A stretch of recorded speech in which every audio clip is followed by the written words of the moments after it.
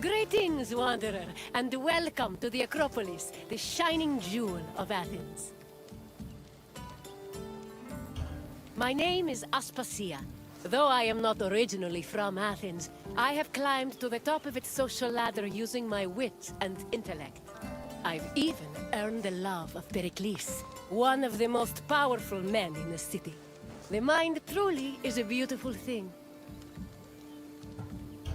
Personally, I think the Acropolis is one of, if not the, greatest place in all of Greece. Though, considering it was the project of my partner, Pericles, I may be a touch biased. The Acropolis of Athens is a bastion of art and culture worthy of the gods themselves. Within this citadel, you will find many important sacred buildings, as well as some of the most magnificent art in all of Greece. You are in for a very enlightening visit. When you're done, come find me, and we can discuss the things you have seen. Farewell for now.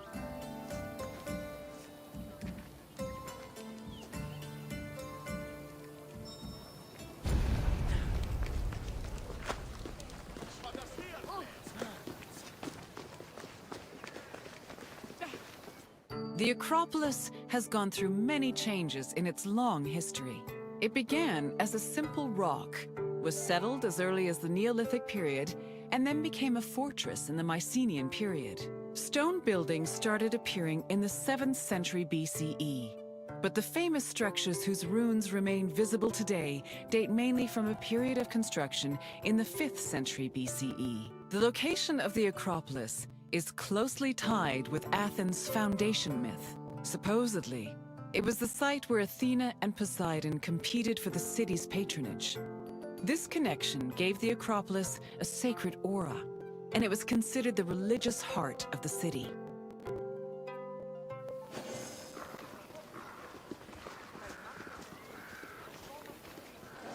The Acropolis has gone through many changes in its long history. It began as a simple rock, was settled as early as the Neolithic period, and then became a fortress in the Mycenaean period. Stone buildings started appearing in the 7th century BCE. But the famous structures whose ruins remain visible today date mainly from a period of construction in the 5th century BCE. The location of the Acropolis is closely tied with Athens' foundation myth. Supposedly, it was the site where Athena and Poseidon competed for the city's patronage. This connection gave the Acropolis a sacred aura, and it was considered the religious heart of the city. The Acropolis has gone through many changes in its long history. It began as a simple rock, was settled as early as the Neolithic period, and then became a fortress in the Mycenaean period. Stone buildings started appearing in the 7th century BCE. But the famous structures whose ruins remain visible today date mainly from a period of construction in the 5th century BCE. The location of the Acropolis is closely tied with Athens' foundation myth. Supposedly, it was the site where Athena and Poseidon competed for the city's patronage. This connection gave the Acropolis a sacred aura, and it was considered the religious heart of the city.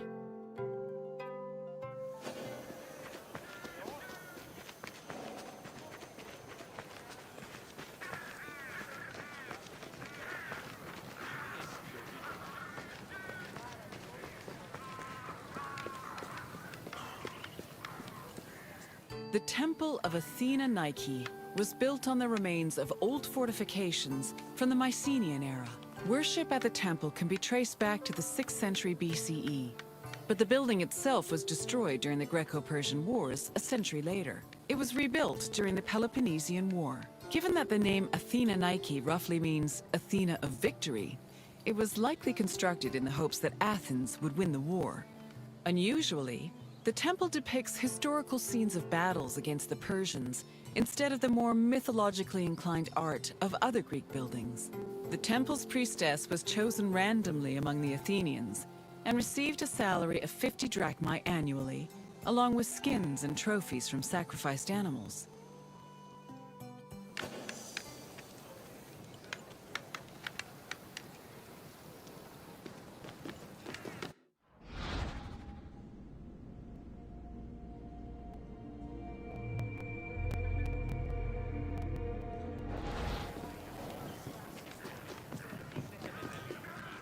The Acropolis was built up over a long period, due in no small part to its partial destruction during the Greco-Persian Wars. It was in the 5th century BCE, though, that the Acropolis received its most significant improvements. This period was an extremely prosperous time for Athens, both financially and culturally. With a booming economy bolstered by trade and the Lavrion silver mines, Pericles, the leader of Athens, financed a huge project to rebuild the citadel. He enlisted the help of renowned artists, like the sculptor Phidias, as well as the architects Iktinos and Callicrates. Together, they erected buildings like the Parthenon and the Propylaea Gateway. Pericles' goal was to make the Acropolis into a glorious monument to the gods and to mortal Athenians.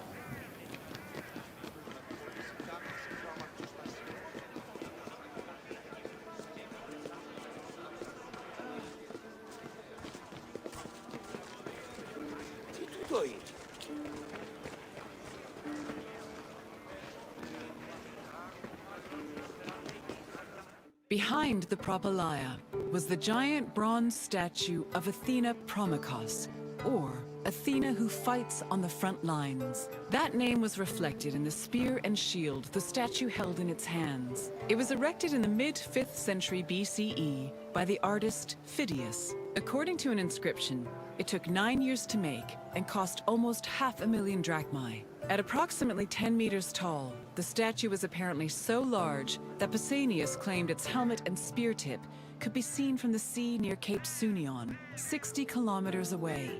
The ornamentation on the statue's shield was engraved by the metalsmith Mies.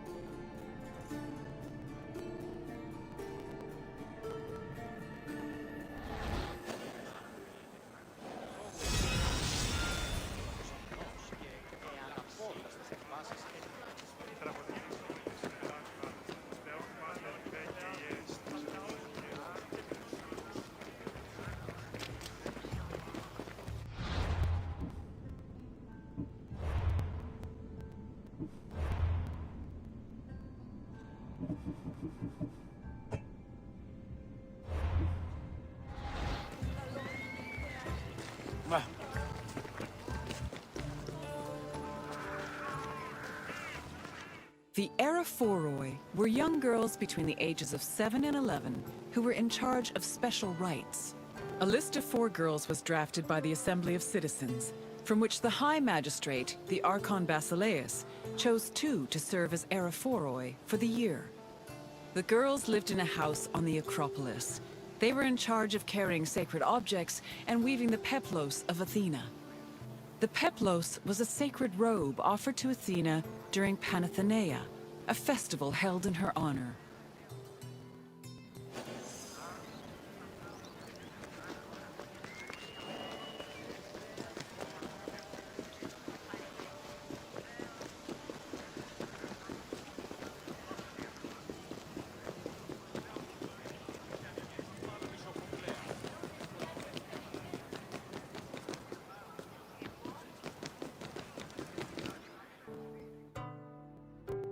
The Erechtheion was an atypical temple. It was dedicated not only to Athena Polias, but also to Cecrops, the mythical founder of Athens, his son Erechtheos, and even Poseidon, the sea god who challenged Athena for possession of the city. The temple was divided into sections. The eastern part housed a statue dedicated to Athena, while the western section jointly belonged to Poseidon and Erechtheos. Meanwhile, King Cecrops' grave was believed to be under the caryatid porch. Under the temple was a crypt that was said to contain the sacred snakes of Athena.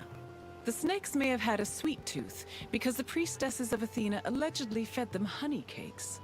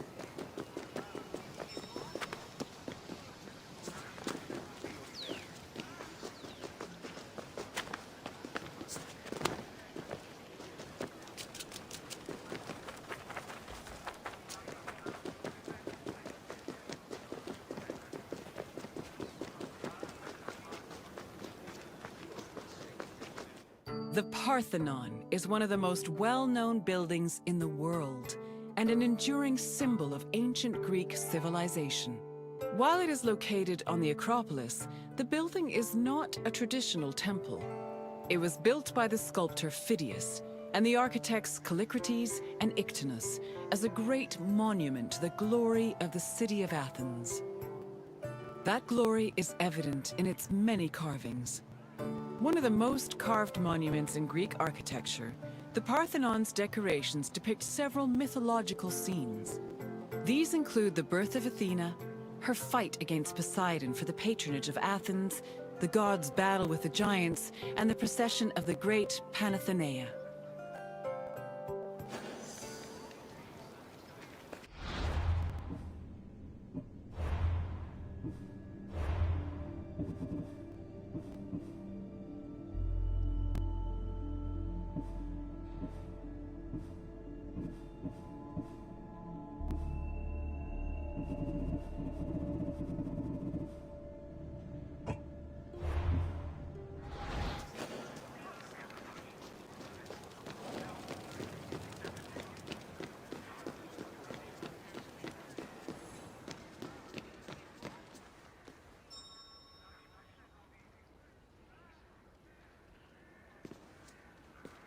The Parthenon's inner chamber, or cella, contained a massive statue of Athena that was considered to be one of the sculptor Phidias's greatest masterpieces. The statue was chryselephantine, a combination of gold and ivory. To justify the steep cost of its construction, Pericles told Athenians that the statue was a gold reserve, which could be disassembled in times of economic distress. The cella also allegedly contained a pool, whose main purpose was to control the room's humidity, which helped preserve the statue's ivory.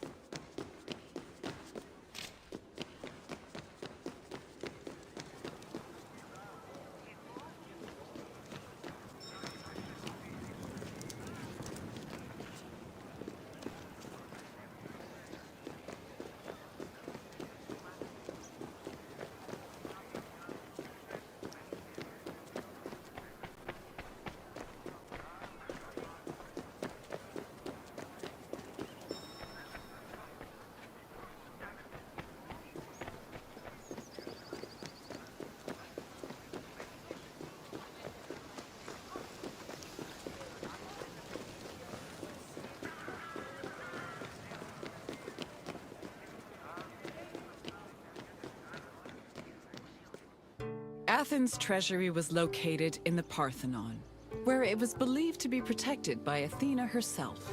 The treasury contained objects of great value, acquired from different conquests, as well as a mass of minted silver coins and various offerings to Athena. Pericles also decided to move the entirety of the Delian League's treasure to the Parthenon in 454 BCE. This was a great testament to Athens' power over the rest of Greece. The riches were divided into two parts, the Demosia, which belonged to the city, and the Hiera Cremata, which was dedicated to the goddess and only used for religious purposes.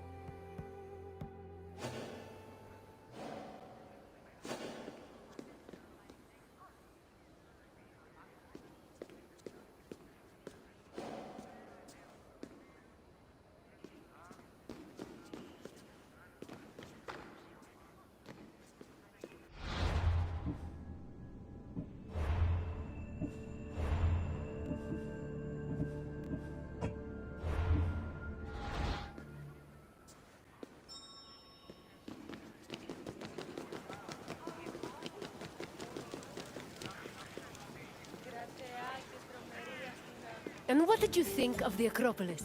It truly is quite something, isn't it? A sacred sanctuary and an architectural marvel, all in one. If you have any questions, don't hesitate to ask.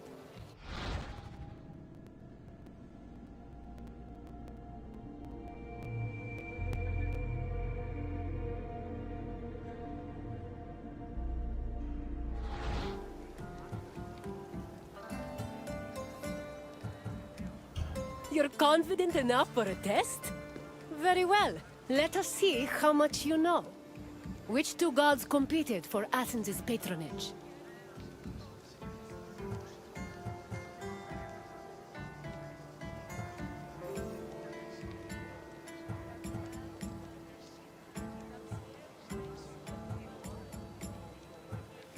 Zeus overthrew his father Kronos and sealed the Titan away. But they never battled over Athens. Try another answer. Correct. It was Poseidon and Athena who fought for Athens' patronage. As for who won, the answer is in the city's name. On to the next question. Who sculpted the statue of Athena in the Parthenon?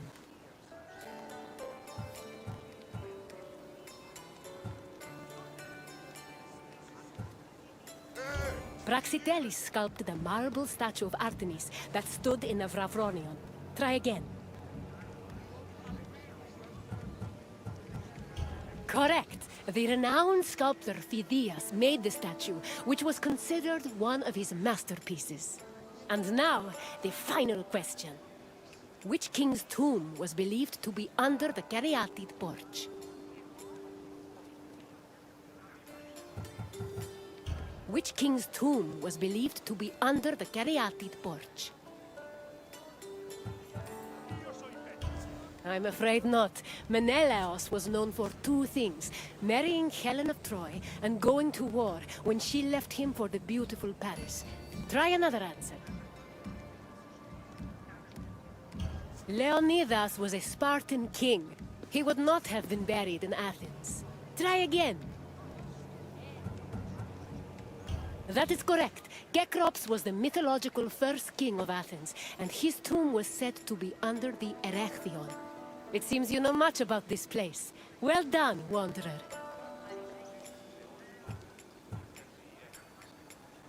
Of course! Greece has so much to offer. Follow me.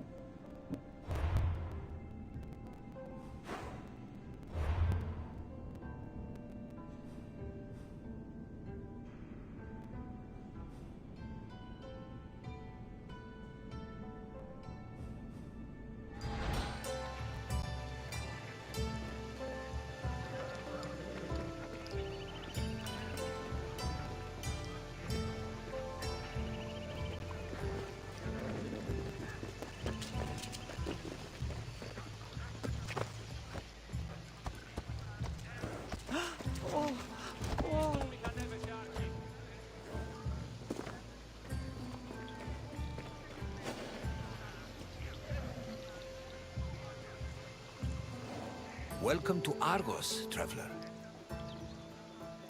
My name is Herodotus, and I am a traveler from Hyrcanassus. I retrace the cause of various events, such as wars and great calamities. I describe what I see and record what I'm told, all with the aim of providing a better understanding of why these things occur. Look for me to introduce you to many sites. I have always admired the dedication of Greek metalworkers. Without them, we would not have the inspiring monuments that stir the hearts of Greek citizens everywhere. This is Argos, one of the oldest cities in Greece. The Argives were an ingenious people, famous for innovations in areas like military tactics. However, what they were most renowned for was their metallurgic artistry, especially with bronze. I hope you enjoy yourself. Look for me at the end of your visit. Pavson, ochlis me.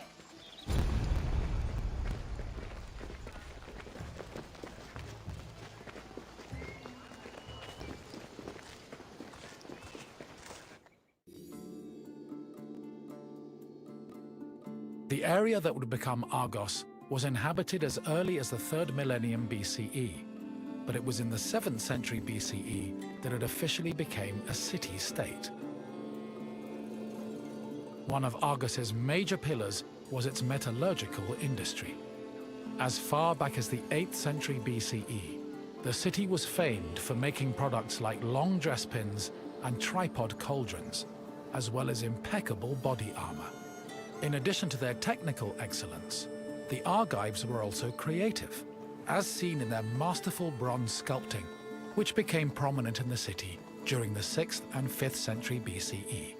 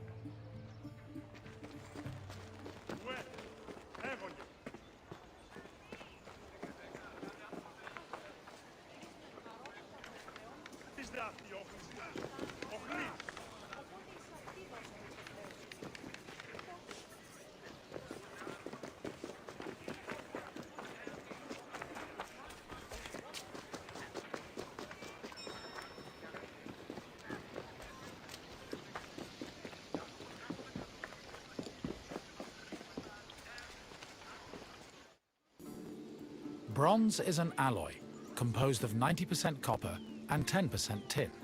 Because of this, copper and tin needed to be smelted and combined to create the material needed for sculpting. After the bronze alloy was formed, it was melted in special furnaces.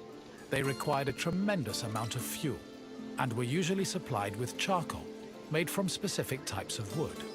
It's possible they were also coated with a protective lining of clay, which would have been sensible given the melting point of bronze is approximately 950 degrees Celsius. Once the bronze was melted and collected, the furnaces were dismantled and dumped.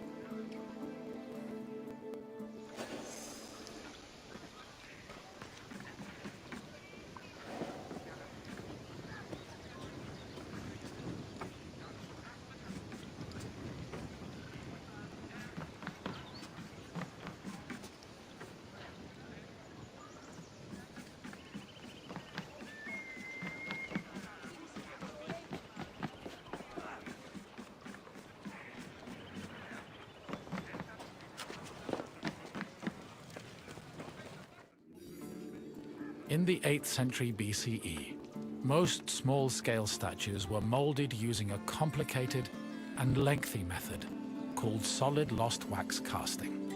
From the 7th century BCE onwards, metal workers adopted the more efficient hollow lost wax casting. At its core, this process involved using sculpting models from wax, making molds over these models, then filling the molds with bronze to produce the desired shapes. The process was advantageous because it saved on materials, produced lighter statues, and reduced the chance of possible defects.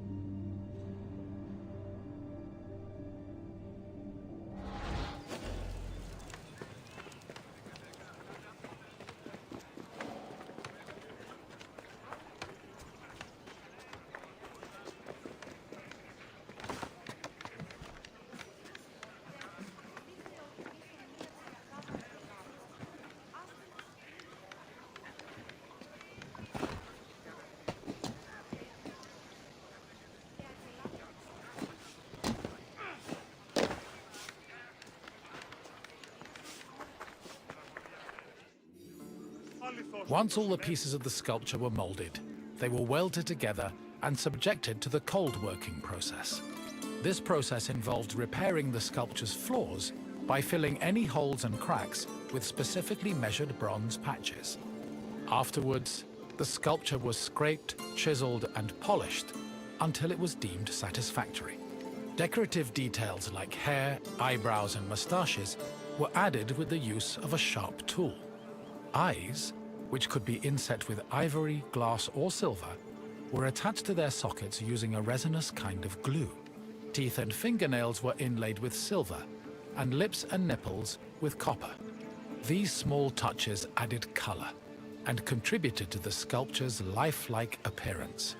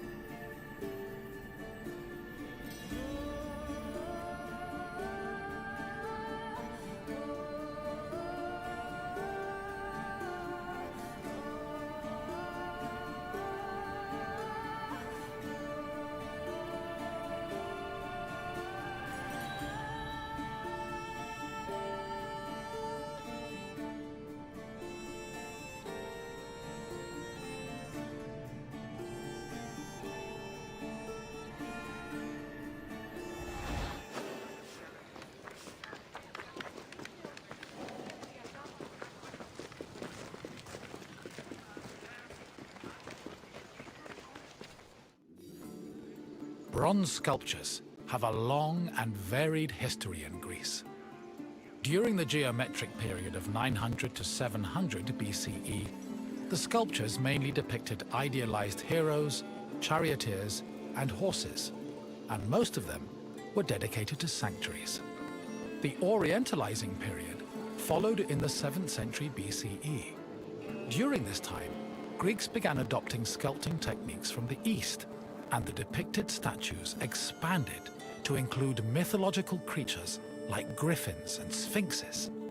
The Archaic period saw statues that reflected a better understanding of human anatomy, which eventually culminated in the realistic and powerful human sculptures of the Hellenistic period.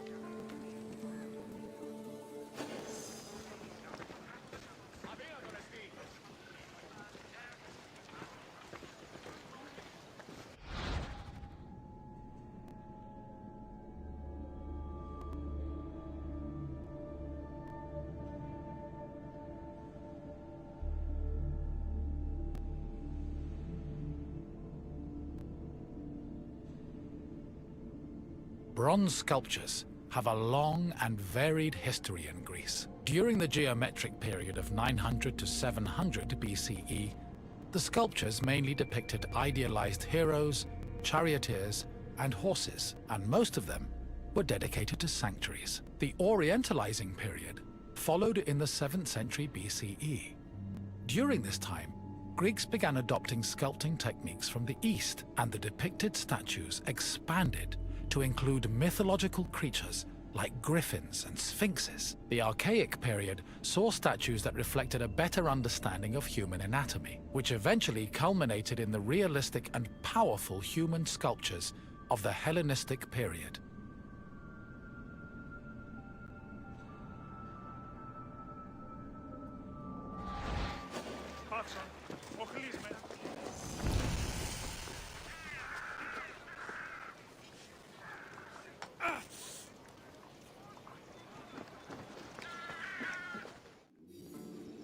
Argos was the home of Polykleitos, one of the most famous sculptors in ancient Greece. His works, like the Doryphorus and Diadomenos, as well as his treatise on sculpting called the Canon, had a massive impact on the art as a whole, particularly in regards to ideal body proportions. Sadly, the original versions of Polykleitos' sculptures have been lost, along with most bronze statues from antiquity. As time went on, many bronze statues were melted down to be recycled in things like weapons, ammunition, and even church bells. Because of this, marble copies from the Roman period are our best evidence of the masterpieces of Greek sculpture.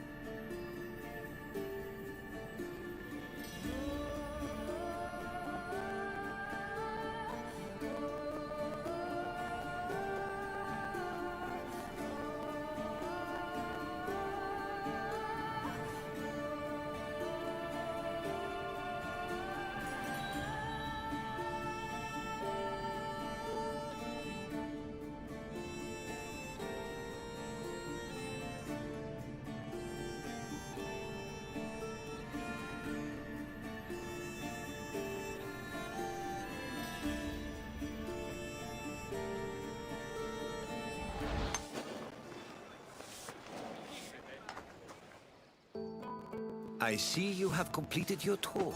I trust you have a new appreciation for Greek sculptures after learning of the heart and soul that was poured into each step of their creation. Now, what else would you like to do? Then let us dive right in. Here is your first question. Which era of sculpting came first?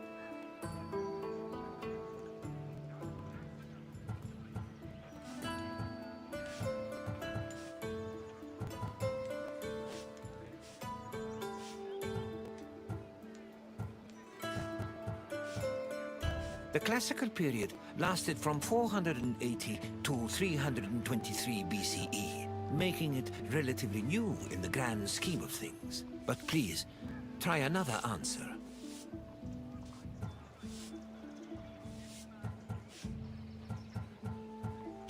The Orientalizing period lasted for most of the 7th century BCE. It introduced Eastern sculpting techniques to the Greek world. But it was not the earliest era.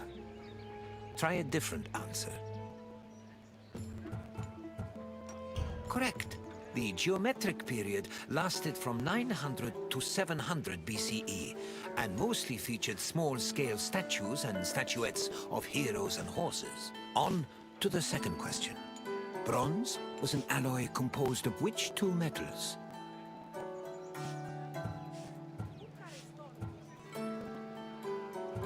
Bronze was an alloy composed of which two metals?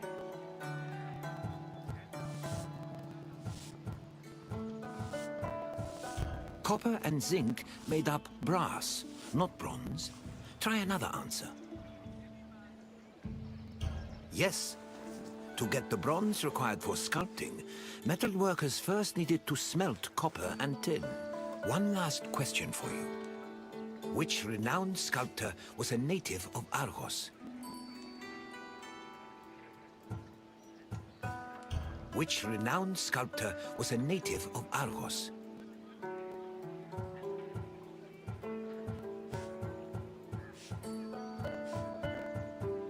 Miron was an Athenian sculptor. Try again. No. Scopas was born on the island of Paros. Try a different answer.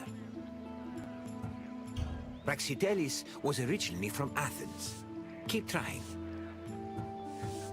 Yes, Polykleitos was based in Argos and had an enormous impact on the art of sculpting.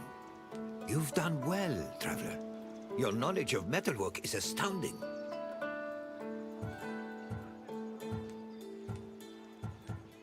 Of course, come with me.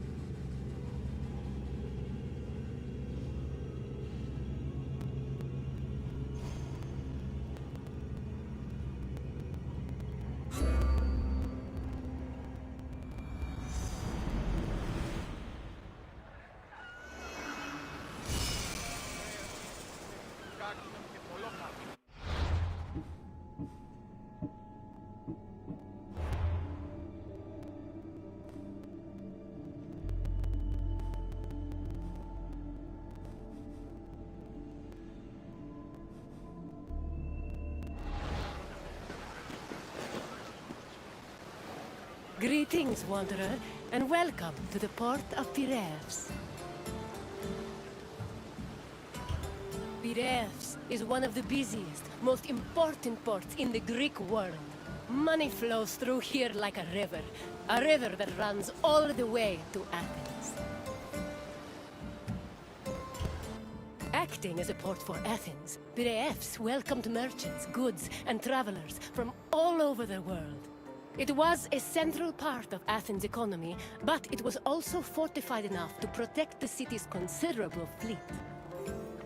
When you finish exploring the port, find me, and we will talk further.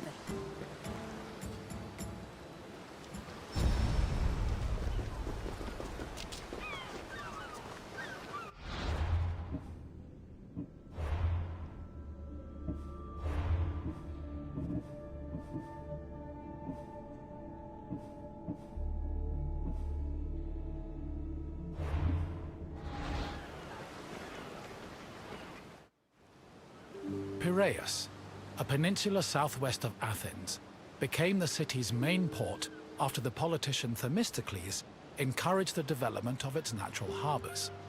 These developments led to the gradual abandonment of the older harbor of Phaleron. Piraeus's fortifications were further developed by Cimon and Pericles, along with the long walls, which ensured goods could still be moved during sieges. Piraeus was divided into three main sectors: the military port, the Emporion, and the residential area. By the 5th century BCE, it had become not only Athens' naval headquarters, but also the mercantile center of the Mediterranean.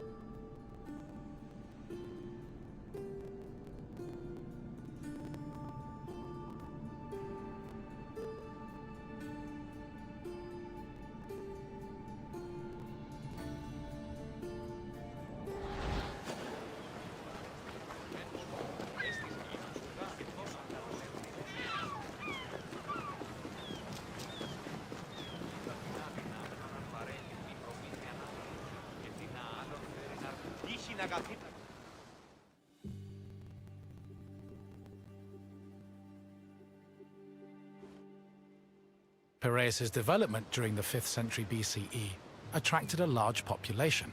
Many craftsmen, merchants, bankers, sailors, and ship owners moved to the port in great numbers. The population was a mix of Greek citizens, foreign visitors, and immigrants, known as metics. The variety of the port's inhabitants gave Piraeus a cosmopolitan atmosphere. Most of the residents were involved in trade, but others worked on shipbuilding or in larger-scale industries like shield factories. Piraeus' commercial focus offered many opportunities for those seeking to increase their wealth and status.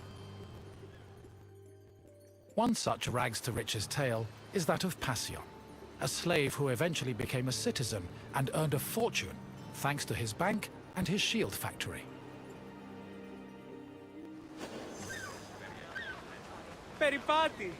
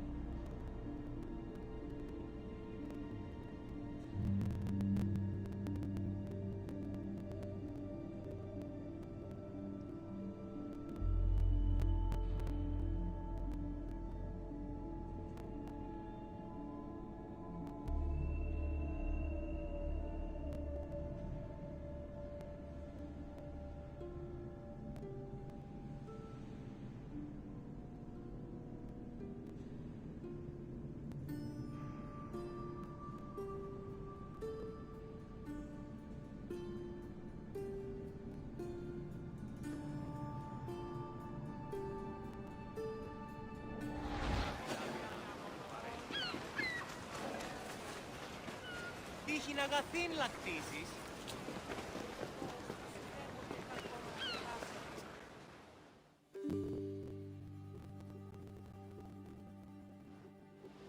Piraeus was a demi, or district, of Attica.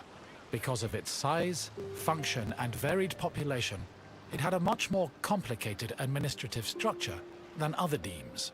Above all, Piraeus was closely monitored and controlled by the Athenian assembly due to its importance to the city. Within the port, there were two separate categories of trade: international trade, which took place in the Emporion, and retail trade, which was managed by Kapoloi in Piraeus's agora.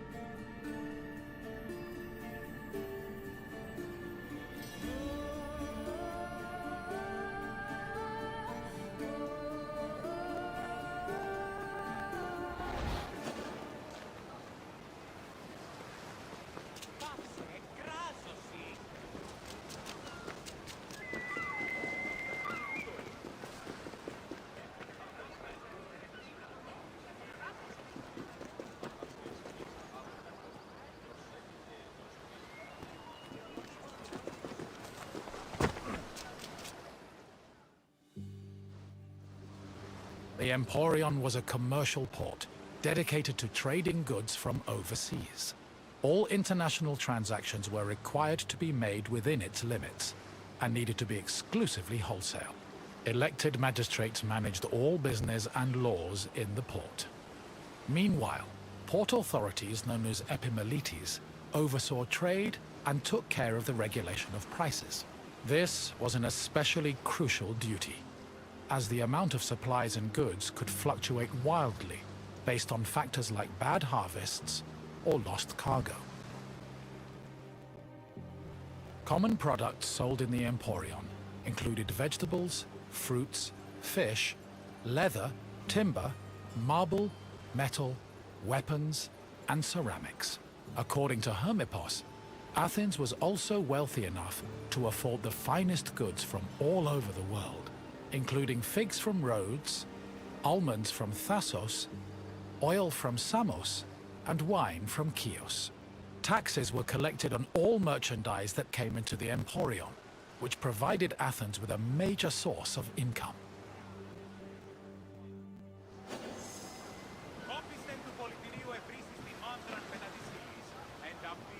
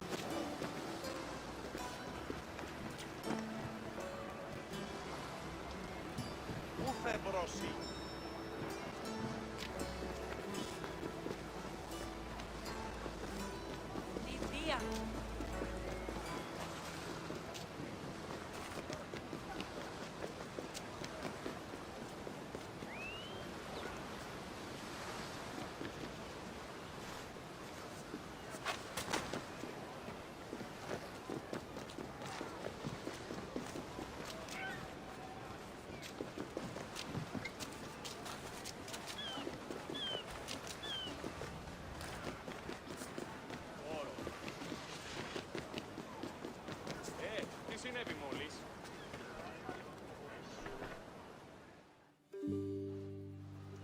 After arriving in the Emporion, merchants set up samples of their goods in a display area called the Deigma.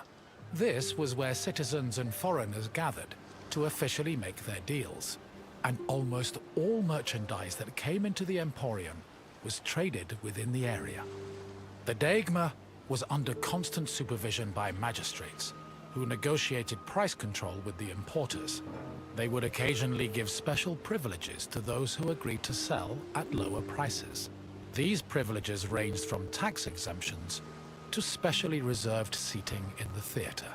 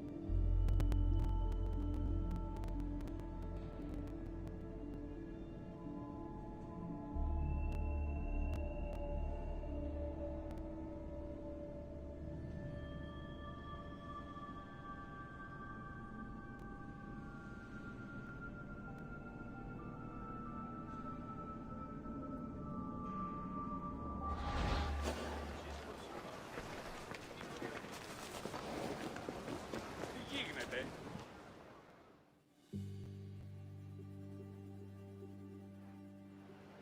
Piraeus was a deme, and as such was supervised by a magistrate called the Demarchos.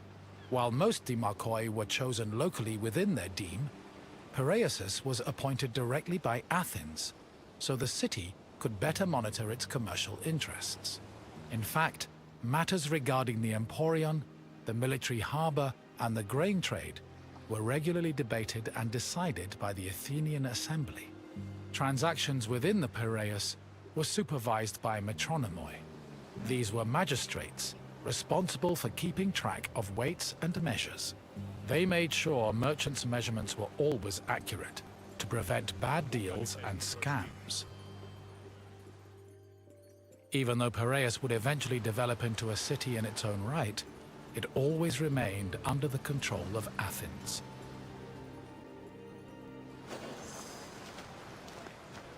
Πανικό. Piraeus was a deme, while most demarchoi were chosen locally within their. In fact, transactions these were they made sure merchants' measurements were always accurate to prevent bad deals and scams. Even though Piraeus would eventually develop into a city in its own right, it always remained under the control of Athens.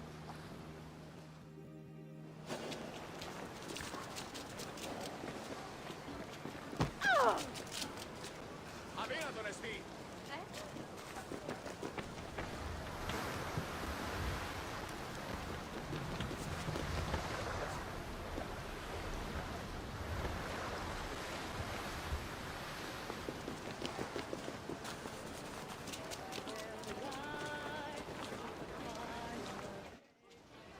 A commercial tax of 2%, or a pentecost, was placed on all cargo entering and leaving Piraeus. The tax was collected by a group of 5 people called Pentecostologoi. According to Andocides, this position could be bought for the hefty sum of 30 talents, or 180,000 drachmae. However, most of these officials made a profit of up to 6 talents, making the job very lucrative. While merchants were responsible for setting the value of their goods, Pentecostologoi had the power to challenge the value if they saw fit. Furthermore, merchants were required to register with these officials before they could transport, display, and sell their goods.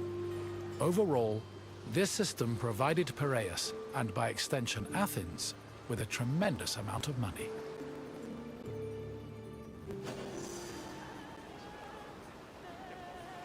Δεν βρω έξω.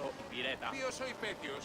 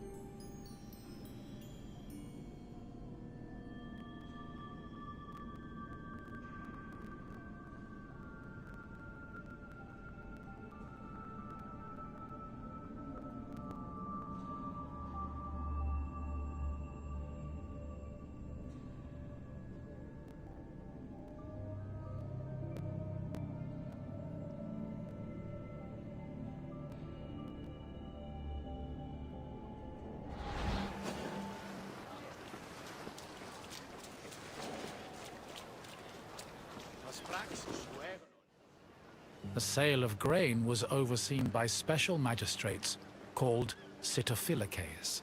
Since some Greek cities had a grain deficiency and relied heavily on imports, these officials were extremely important. Their duties encompassed all aspects of grain commerce, including price control and profit margins, to ensure Athens remained well-fed. This is no surprise. Grain was so important to Athens that 2/3 of all stocks were required to be transported and sold at the city's agora by law. According to Demosthenes, the significance of the Sitophilakes was such that if they failed in their duties, they faced the death penalty.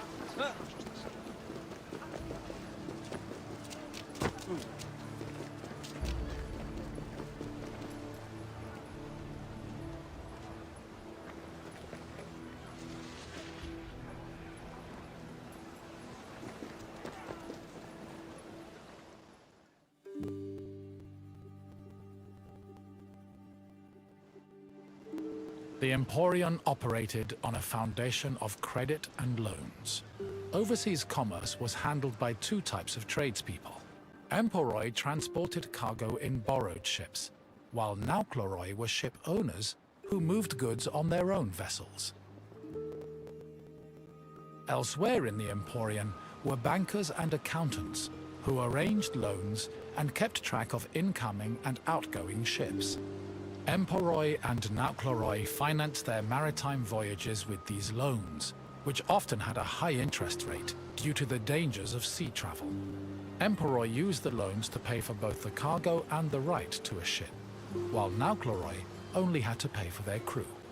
Loans and interest were repaid upon a ship's return to port. However, in the event of a catastrophe such as a shipwreck, the merchant and ship owner were released from their obligations, and the losses were transferred to the lender.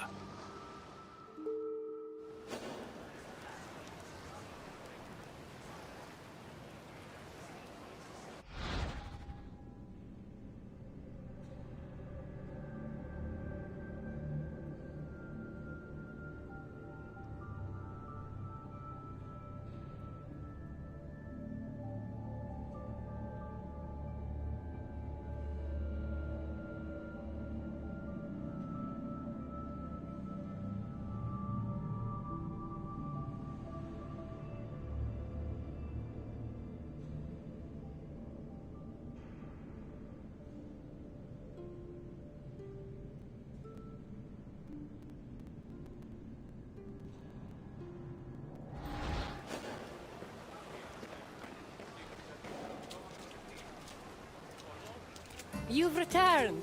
I hope you enjoyed your stroll through the port.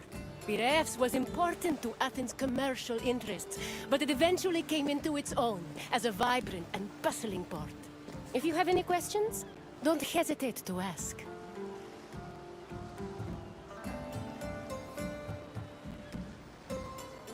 If you say so.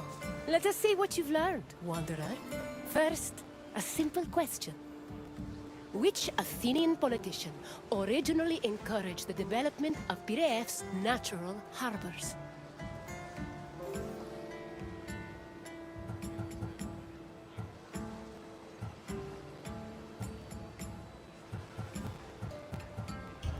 Pericles did contribute to the port's development, but he was building off someone else's ideas. Try again. By the time Alcibiades was born, Piraeus was already a thriving port. Keep trying. Correct. Themistocles saw Piraeus' potential as a port and encouraged its development. On to the next question. What did the Sitophilakes supervise?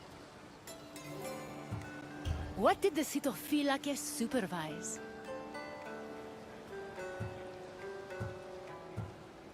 Loans were handled by the port's bankers and accountants. Keep trying.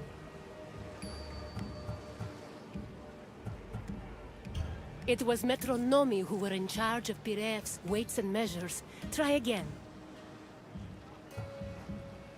Yes, Sitophilakes had the extremely important responsibility of handling all matters related to grain commerce.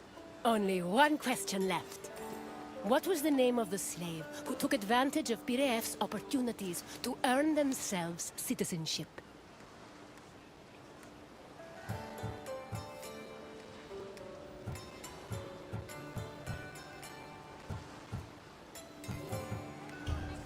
You're very funny. Keep trying.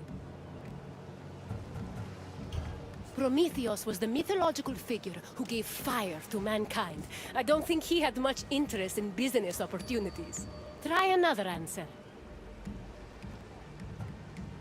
Perseus was a legendary Gorgon-slaying hero, not a slave. Try again. Correct. Passion managed to earn a fortune and achieve citizenship thanks to both his bank and a successful shield business. Your knowledge of Piraeus is impressive. Well done, Wanderer.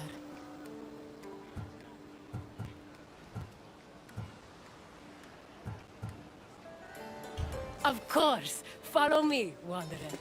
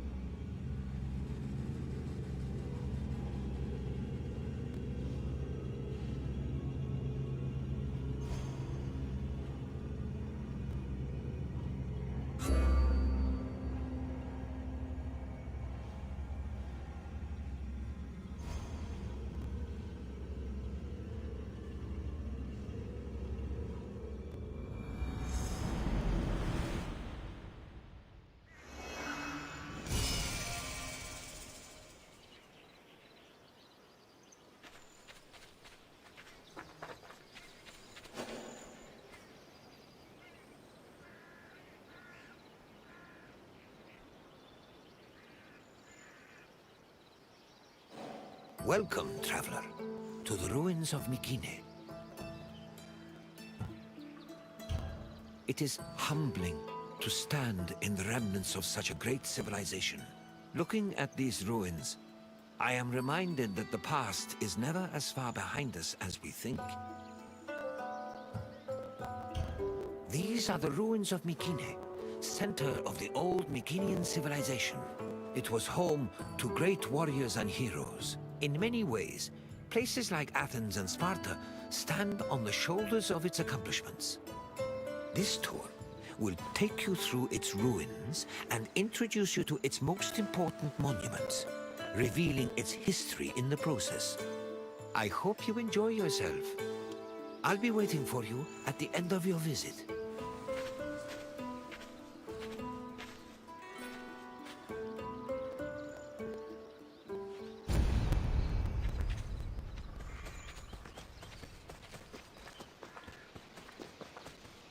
The Mycenaean civilization flourished in the Late Bronze Age between 1600 and 1200 BCE. During this period, it was mainly located in the Peloponnese and central Greece. Mycenaeans were known for exploring distant lands. Notably, they battled the Hittite allied city of Walusa in a conflict that was believed to be the inspiration for Homer's Trojan War. But the Mycenaean people didn't only travel to fight. They learned much from their neighbors, the Minoans of Crete, such as how to write syllabic script on clay tablets. Such tablets provide evidence that Mycenaeans spoke an early form of Greek. They also tell of how great Mycenaean kings ruled over their warriors from opulent palaces in places like Mycenae, Thebes, and Knossos.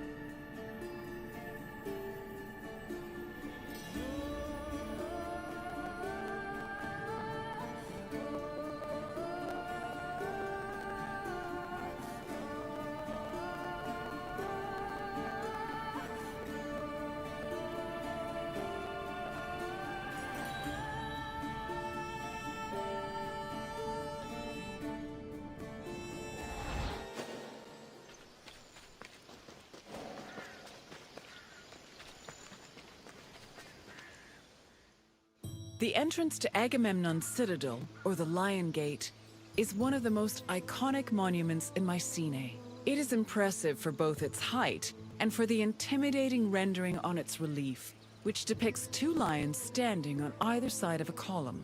Unfortunately, the lions' heads, which were presumably made of a precious metal or higher quality stone, have been lost to time. The gate was most likely meant to greet a triumphant king returning home from successful military campaigns and to awe foreign visitors.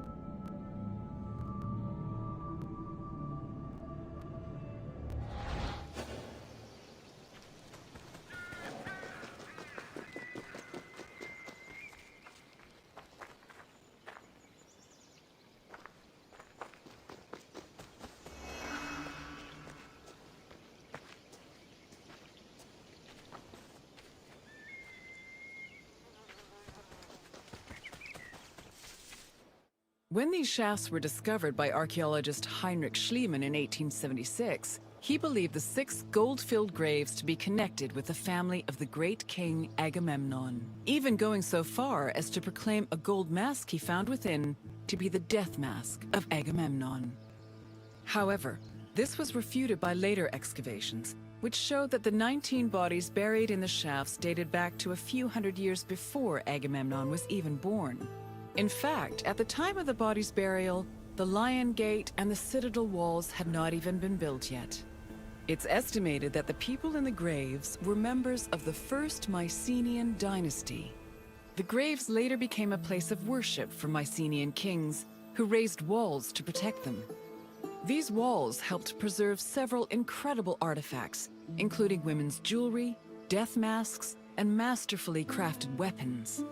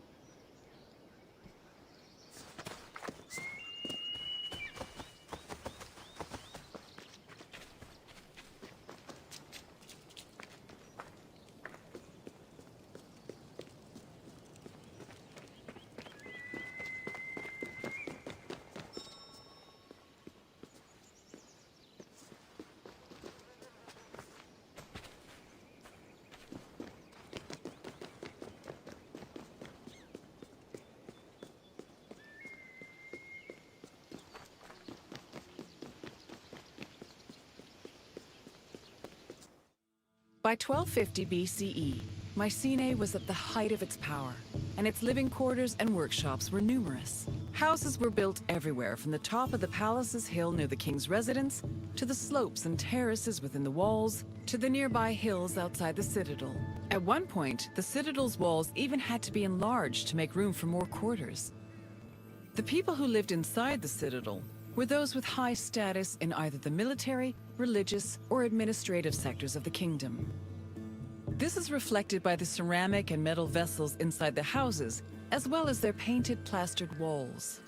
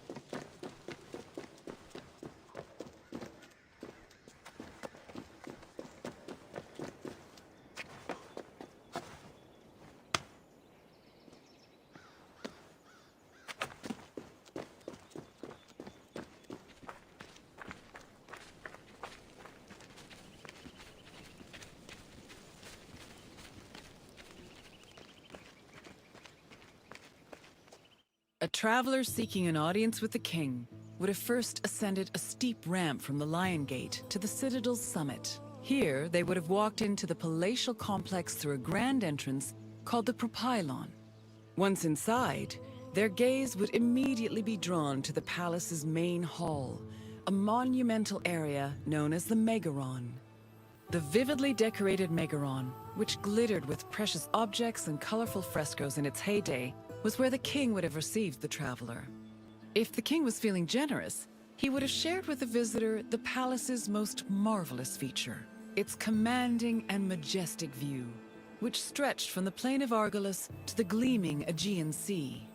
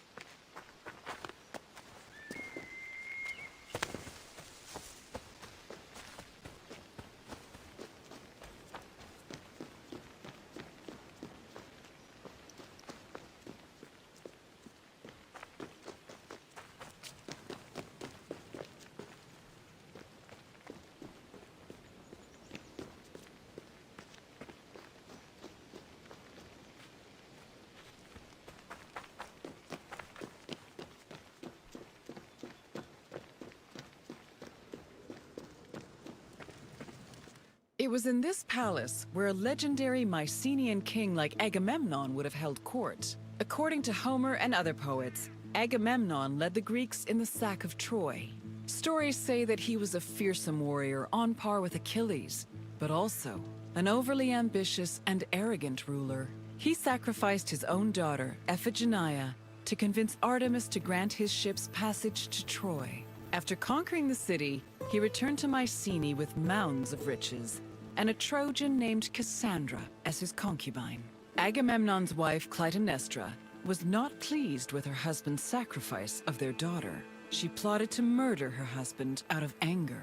The plot was successful, and, depending on the version of the story, Agamemnon was either murdered in his bath by Clytemnestra or killed by his cousin Aegisthus during a banquet.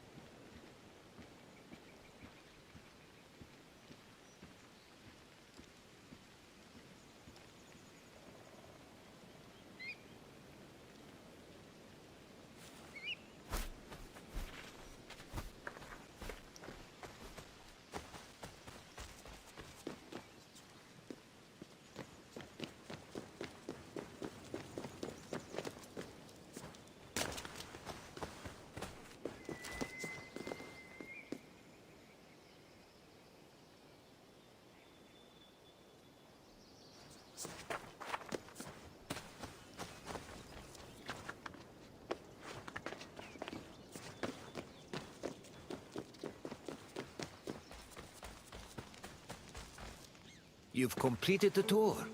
I trust it was an eye-opening experience. Though it did not last, Mycenae was a sort of precursor to what would eventually become the Greek civilization we know today. It's important we remember them, if only to avoid repeating their mistakes. Now, what else would you like to do?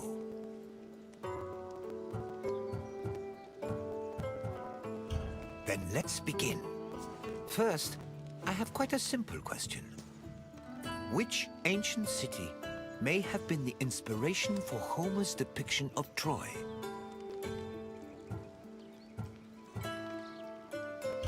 No, the Meginians who were at war with Troy in the first place. Thebes played an important role in the tragedy of Oedipus, but it was not the basis for Troy. Keep trying. Knossos was the supposed site of the legendary Minotaur, but it did not inspire Troy. Although I am certain the Trojans wished they had a Minotaur on their side during the war. Either way, try again. Yes, the Mycenaeans' conflict with the city of Wilusa allegedly inspired Homer's Trojan War. Now for the second question.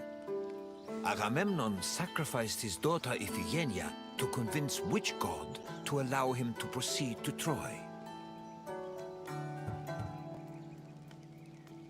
Yes, Agamemnon sacrificed Iphigenia to reconcile with Artemis, who then allowed his ships to pass to Troy. Now, one last question. What was the name of Agamemnon's Trojan concubine? I'm afraid Menelaos was Agamemnon's brother. Keep trying. Correct. Following the sack of Troy, Agamemnon sailed home with a Trojan prophetess named Cassandra. You've studied the ruins well, traveler. Then, I suppose this is farewell. At least for now. Safe travels.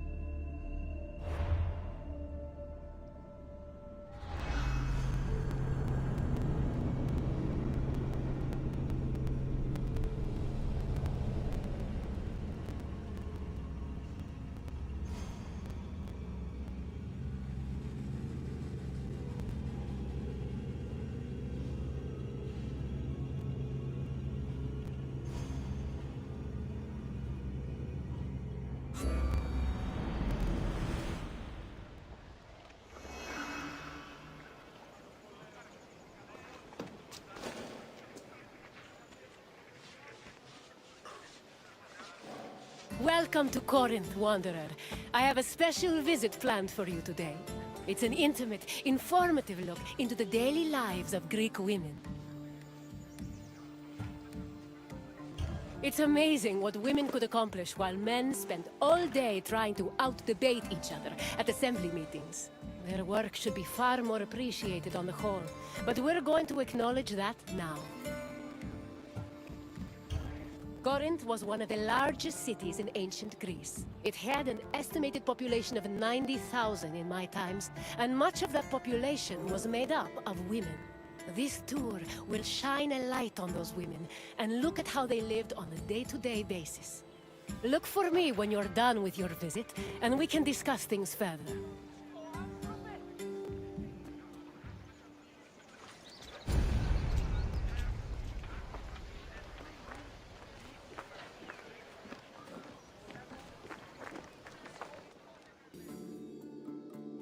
Young girls growing up in ancient Greek cities were usually raised by a nurse. They mostly stayed in the women's quarters of the house, the gunaikon, where they spent their time spinning threads and weaving. While there is not much historical evidence of young girls at play, especially compared to boys, it was still known to happen. For example, an ancient terracotta group depicts two girls playing ephedrismos. This was a competition to see who could strike an upright rock from afar using a pebble or ball. The game's loser had to close their eyes and carry the victor until they managed to touch the same rock with their hands.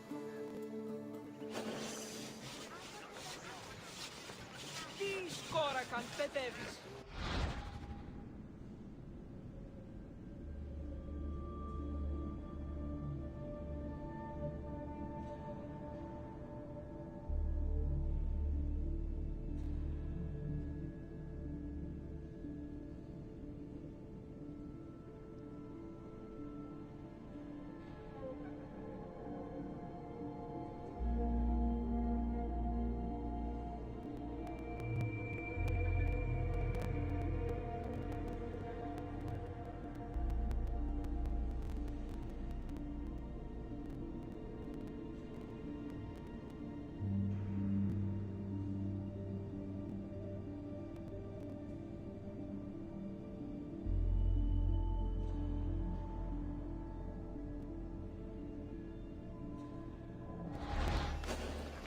Οι οφθαλμοί μου πεσεύουσι.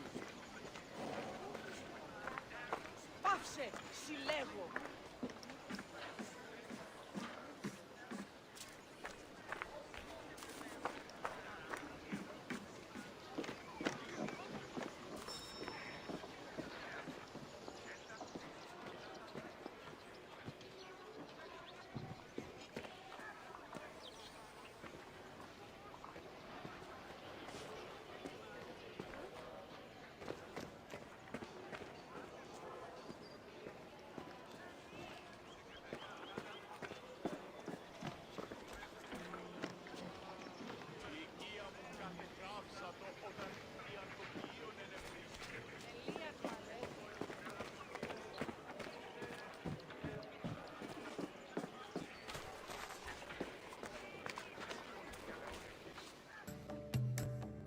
For a young Greek woman, marriage was the culmination of their induction into society.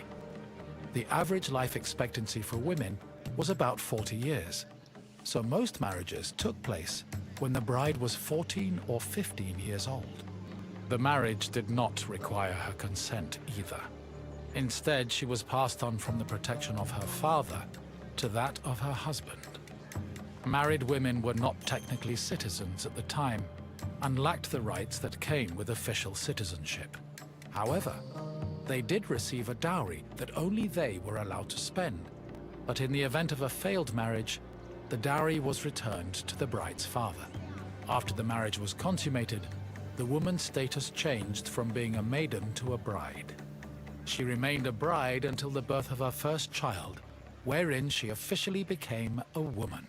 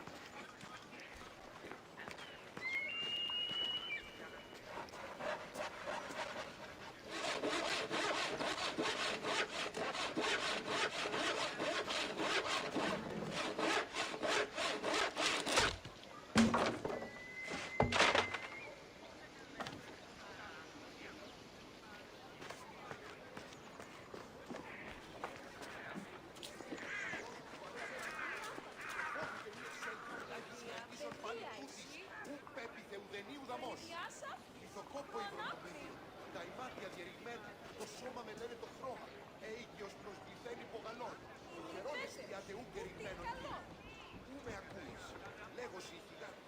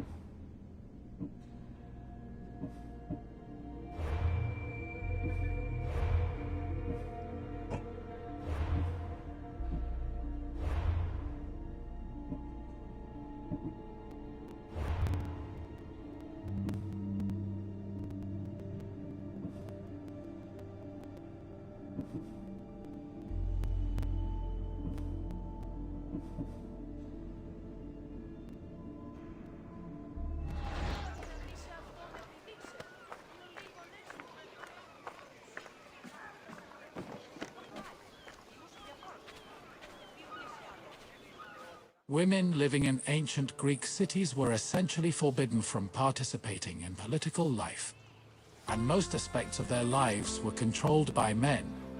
Their most important responsibilities were running the household and giving birth to children, preferably boys. Most of the time, women's excursions outside of the house were limited to visiting other female neighbors, as per custom. The few exceptions to this strict rule were weddings, funerals, and religious festivals involving women in prominent public roles.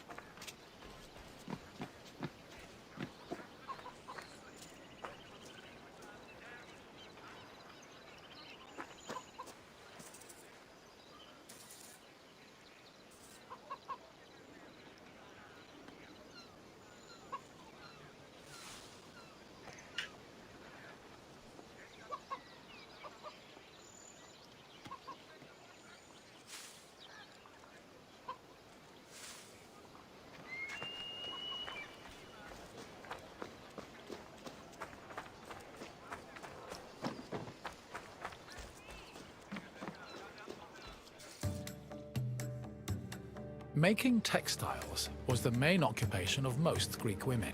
It was a woman's responsibility to manufacture clothing for each of her family members, as well as to weave other household textiles. Women with exceptional weaving skills were believed to make excellent wives, and weaving in general was seen as a very attractive quality. For example, Homer describes Odysseus's devoted wife Penelope as spending most of her days weaving at the loom. Similarly, many Greek vases depicting women weaving were combined with images of a woman holding a veil, which was seen as the symbol of a bride.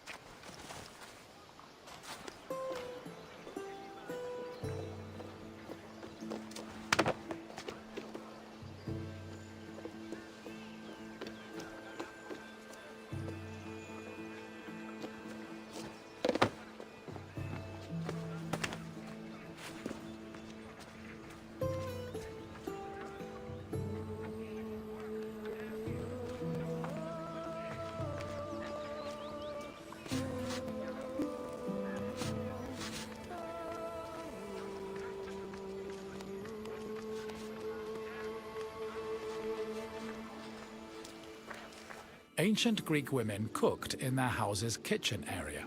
However, since their cooking equipment was small and portable, they also sometimes prepared meals in the central courtyard. This was also where women performed other domestic activities. These activities were rarely seen by visiting men or passers-by, because the architecture of classical Greek houses facilitated the social norm that women should never be seen at work.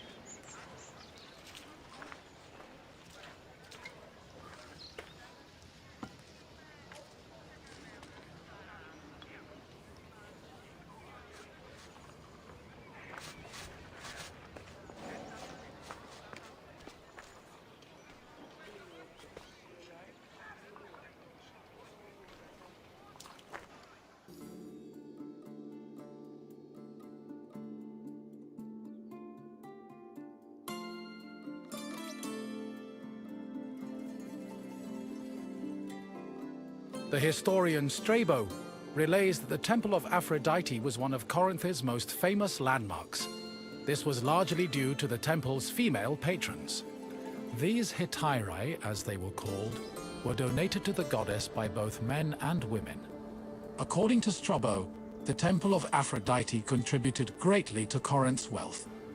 The hetairai were the temple's main attraction, and many visitors came to Corinth in search of their company, for which they spent frequently and frivolously.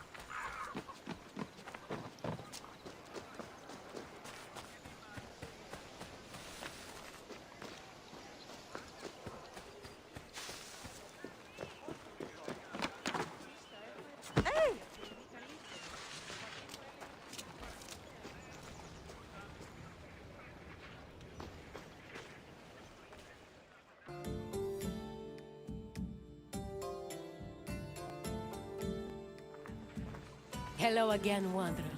I hope your visit was an interesting one. Greek women lived very restricted lives compared to men, but throughout it all, they held on to their strength and dignity. Is there anything else you'd like to do? Feeling up for a test? Excellent! Let's begin with an easier question. What was the name of the women's quarters in a Greek home? No, Yini was the status a woman achieved after the birth of her first child. Keep trying. Correct. The Yinekon was where young girls spent their days weaving and spinning threads. On to the next question. The Corinthian temple said to employ the Hetera was dedicated to which god? Artemis was the goddess of chastity, so dedicating the temple to her would have been ironic, don't you think? Keep trying. Correct. Aphrodite was the goddess of love and passion, so it's only fitting her temple served such an amorous purpose. We're almost done. Just one more question. What was the name of Odysseus' wife?